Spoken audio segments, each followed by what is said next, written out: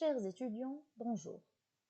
Avant d'entamer le cours d'aujourd'hui, nous allons voir les objectifs de la matière linguistique. Ces objectifs sont au nombre de 4. Premièrement, identifier les différents concepts associés à la linguistique et les théories de référence qui l'ont marqué. Deuxièmement, initier l'apprenant à la langue à partir de sa structure interne.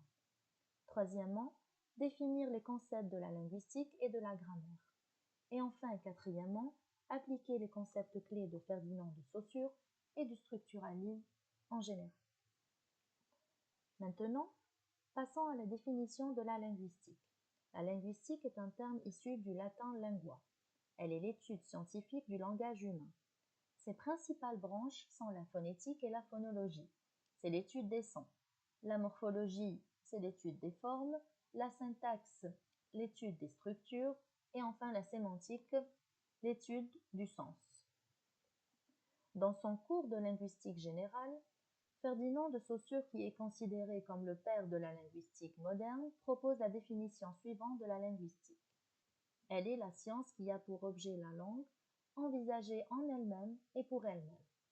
La langue est alors décrite comme un système de signes linguistiques.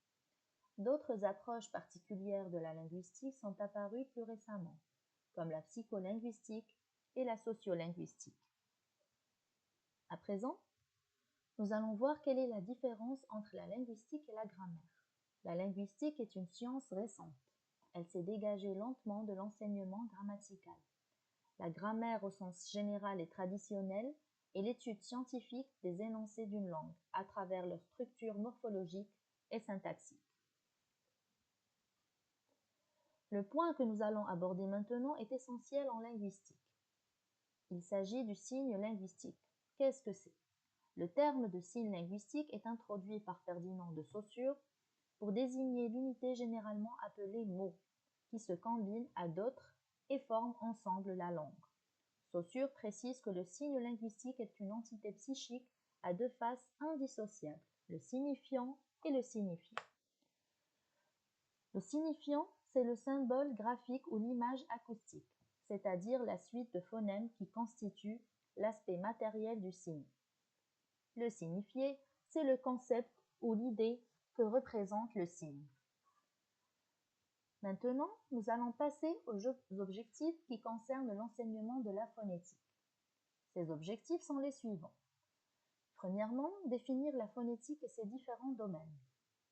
Deuxièmement, distinguer la phonétique de la phonologie. Troisièmement, transcrire des mots, des phrases et des textes français en alphabet phonétique international. Connaître les caractéristiques des principales catégories de sons. Comprendre les différents processus physiologiques de la parole. Connaître les traits articulatoires des 3 catégories du français. Nous allons passer maintenant à la définition de la phonétique.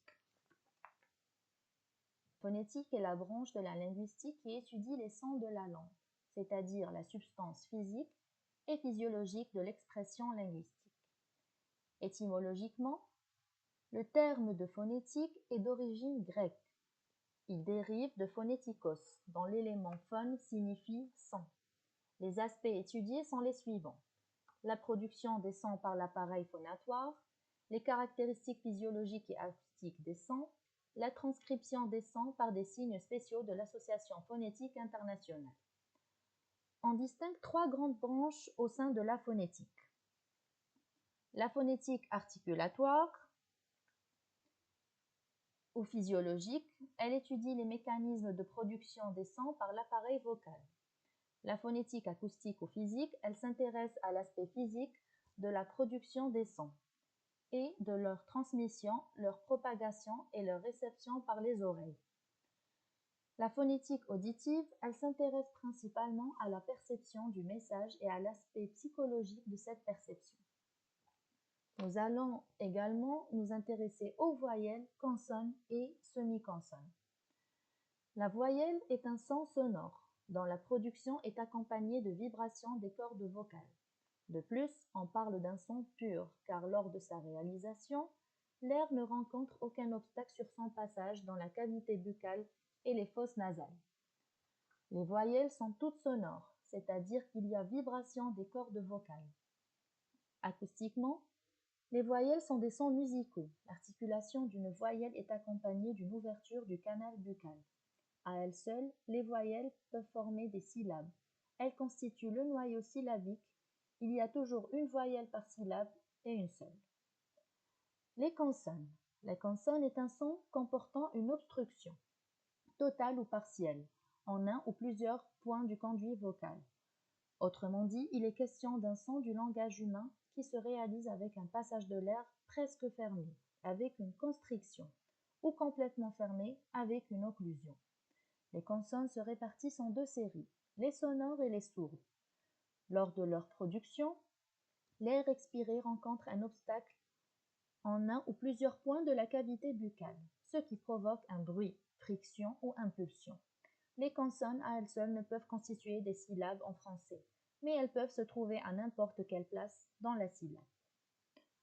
Les semi-consonnes, elles sont au nombre de 3 en français. Les semi-consonnes sont des sons de transition entre une voyelle de départ et un son consonantique fricatif d'arrivée.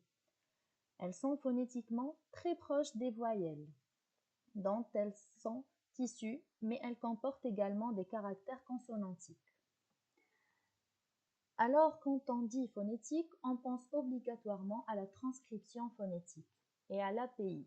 Qu'est-ce que la transcription phonétique? La transcription phonétique consiste à reprendre les sons d'une langue en utilisant des symboles tirés de l'API.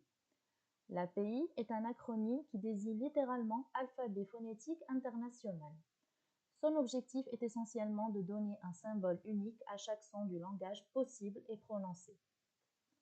Transcrire phonétiquement un énoncé oral, c'est noter à l'aide d'un alphabet conventionnel la séquence des sons phonétiques qui composent cet énoncé. Le principe général de la transcription phonétique est qu'à chaque son correspond un et un seul symbole phonétique, et à chaque symbole correspond un son et un seul. Chers étudiants, merci de votre attention.